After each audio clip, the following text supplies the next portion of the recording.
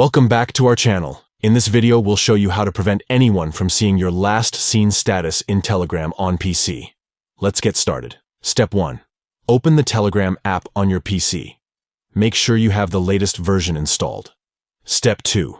Look for the 3 lines icon at the top left corner of the screen and click on it. Step 3. From the menu that appears, select Settings. Step 4. In the Settings menu, choose Privacy and Security. Step 5. Locate the Last Seen and Online option and click on it. Step 6. Next, you'll see a circle next to Nobody. Tap on it to turn it blue. Step 7. Finally, click on Save to apply the changes. And there you have it. Your last seen status is now hidden from anyone on Telegram. That's all for today's tutorial. We hope you found it helpful. If you have any questions, feel free to leave them in the comments below. Don't forget to subscribe to our channel for more useful tips and tricks. Thanks for watching.